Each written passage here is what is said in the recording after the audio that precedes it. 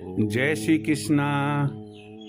आज गुरु पूर्णिमा का पावन दिवस है।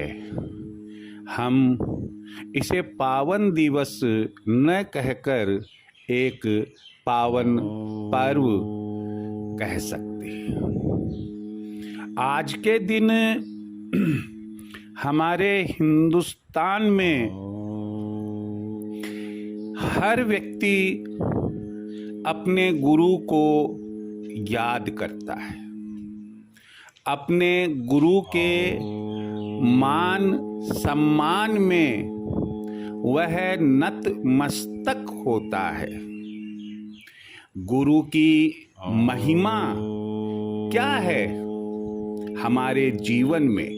एक व्यक्ति के जीवन में गुरु की महिमा क्या है?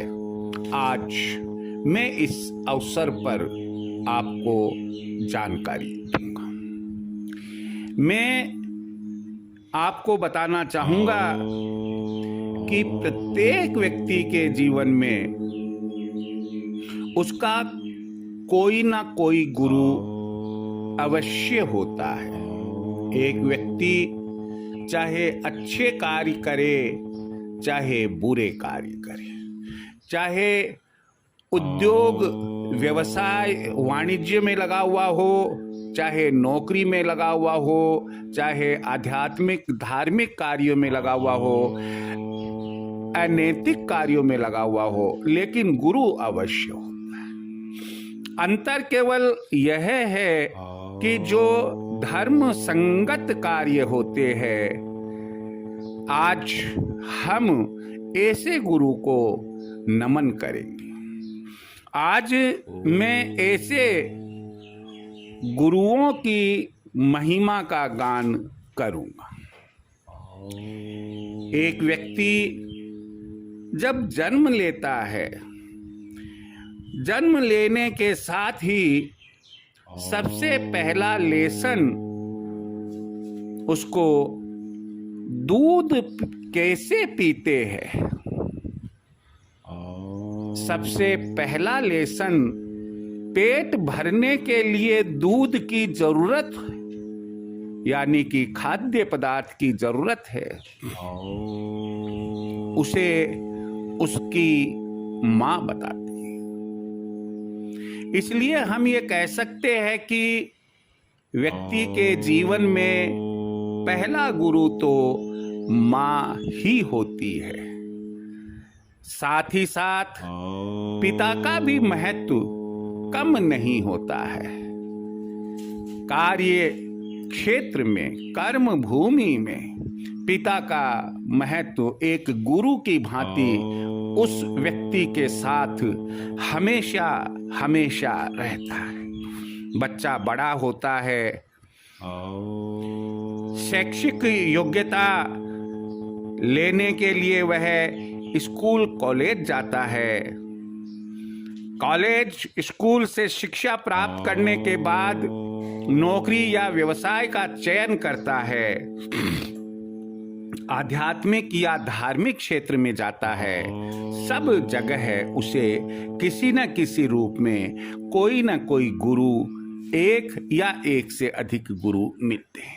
जैसे आज स्कूल है, कॉलेज है, यूनिवर्सिटी है, वहाँ हर विषय का अलग अलग गुरु होता है। कौन सा गुरु अपने आदर्श एक विद्यार्थी में छोड़कर चला जाएगा, यह आप या मैं कोई नहीं जानते। कार्यस्थल पर जहाँ तक बात है, कार्य को जो समझाने वाला है, व्यवसाय वाणिज्य उद्योग को समझाने वाला है, वह भी एक प्रकार का गुरु ही होता है। आध्यात्मिक क्षेत्र, धार्मिक क्षेत्र में भी संत साधु हमारे गुरु होते हैं। लेकिन हम जो समाज में सुनते आ रहे हैं कि जब एक व्यक्ति प्रौढ़ावस्था में चला जाता है तो कहते हैं कि उसकी गत तब तक नहीं है जब तक कि कोई उसका धार्मिक या आध्यात्मिक गुरु ना हो। ये धार्मिक या आध्यात्मिक गुरु कौन होता है?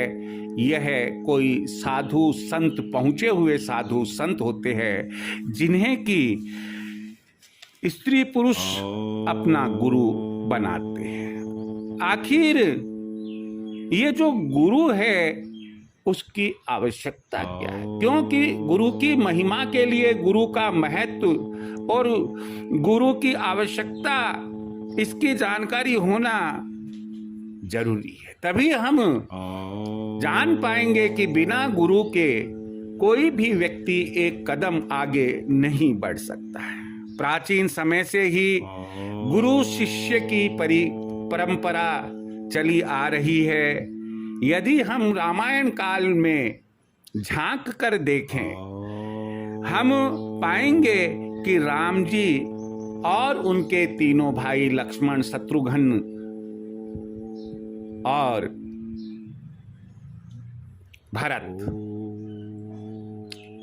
ये चारों भाई, इन्होंने भी ऋषि वशिष्ठ से अपनी प्रारंभिक शिक्षा, चाहे वह धनुर्विद्या हो, युद्ध की अन्य कलाएं हो, सांसारिक गृहस्थ जीवन की बातें हो या अन्य कोई विद्या, तमाम विद्या उन्होंने गुरु वशिष्ठ से, उनके आश्रम से सीखी थी।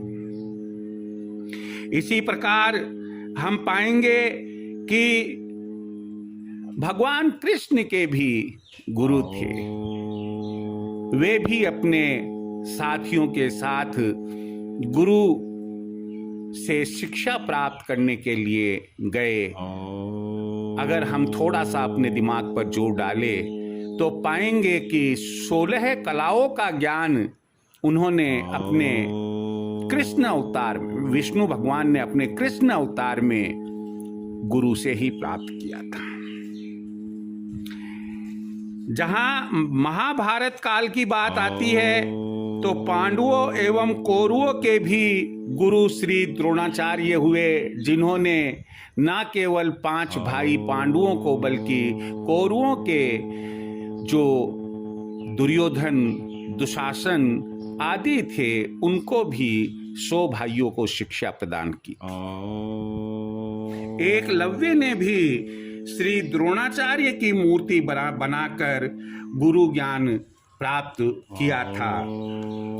अब मैं आपको आगे बताऊं कि महाभारत में दानवीर कर्ण का भी हवाला आता है और ऐसी मान्यता रही है कि अर्जुन जिस प्रकार महान धनुर्धर थे, कहीं उनसे ज्यादा धनुष विद्या कर्ण को आती थी और उनके गुरु श्री परशुराम जी थे। बस केवल एक कमी कर्ण को बर्बाद कर देती है। वो कमी क्या है कि उन्होंने श्री परशुराम जी को झूठ बोलकर और उनका शिष्य बनकर विद्या ग्रहण की थी। जब एक बार परशुराम जी विश्राम कर रहे थे, उनका सिर कर्ण के गोड़े पर रखा हुआ था। एक भंवरा आया और पगथली में उस भंवरे ने एक तरफ से घुसना शुरू किया और दूसरी तरफ निकल गया। वहां लहू उस कर्ण का पूरी भूमि पर, जहां भगवान परशुराम सोए हुए थे, फैल गया। जब परशुराम उठे और उन्होंने यह दृश्य देखा, तब उनको आभास हुआ कि यह कोई ब्राह्मण पुत्र इतना कलेजा नहीं रखता है कि वह ऐसा दर्द सहन कर लेगा।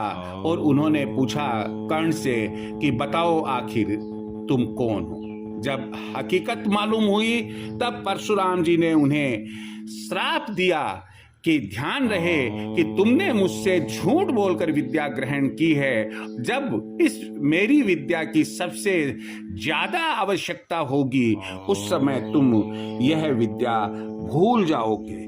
और यही हुआ कि जब युद्ध में कर्ण को सबसे ज्यादा जरूरत महसूस हुई, उस समय वे परशुराम जी की विद्या भूल गए थे। ऋषि दुर्वासा के 24 गुरु थे।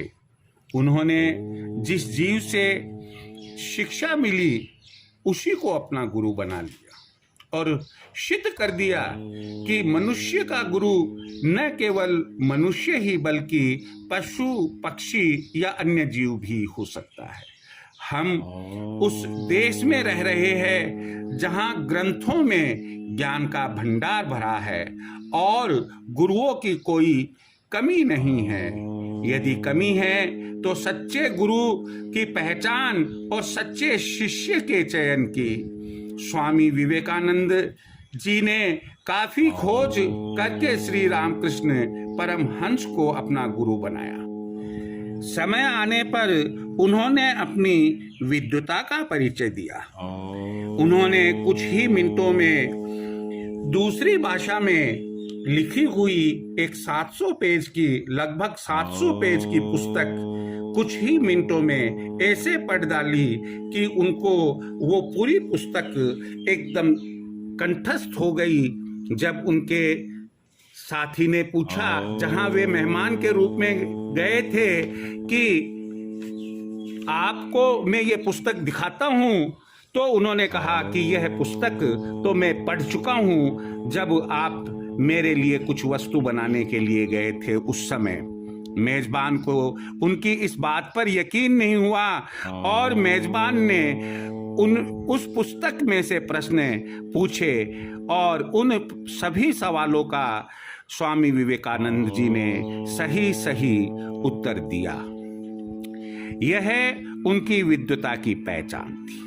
साथ ही गुरु के कैंसर होने के कारण जब एक दिन उन्हें उल्टी हुई और कोई पात्र उल्टी कराने के लिए नहीं मिला, तो अपनी हथेलियों पर उन्होंने अपने गुरु को उल्टी करवा दी और उस उल्टी का जो पदार्थ था उसको वो स्वयं पी गए। हम उसी भारत देश के वासी हैं, हम उसी सनातन धर्म को मानने वाले हैं जिसमें बड़े बड़े ऋषि मुनि हुए हैं। ऋषि कणाद ने अणु की, आर्यभट्ट ने शून्य की और श्री रामानुजम ने गणित के कई सूत्रों की हमें देन है। इनके भी कोई ना कोई गुरु अवश्य रहे होंगे। सच्चा और अच्छा गुरु भाग्य से मिलता है, लेकिन व्यक्ति को अपना प्रयास कभी नहीं छोड़ना चाहिए। आधुनिक शैक्षिक व्यवस्था में भी एक या अधिक मार्गदर्शक गुरु या गुरुओं का होना आवश्यक है। आपकी अंतरात्मा बता देती है कि कौन अपना सही गुरु हो सकता है। हमेशा ध्यान रखें, माता पिता के बाद गुरु का स्थान आता है, लेकिन गुरु और गोविंद में अगर हम तुलना करें तो गुरु और गोविंद में गुरु का प्रथम स्थान होता है। आज भी वे ही लोग अपने जीवन में सफल है जो अपने माता पिता और गुरु की आज्ञा को शिरोधार्य करके और प्रसाद समझकर तथा प्रभु का स्मरण करके अपना कार्य करते हैं। इस अवसर पर मैं पुनः सभी व्यूअर्स को अपनी तरफ से ढेरों ढेरों शुभकामनाएं देता हूं। जय श्री कृष्ण।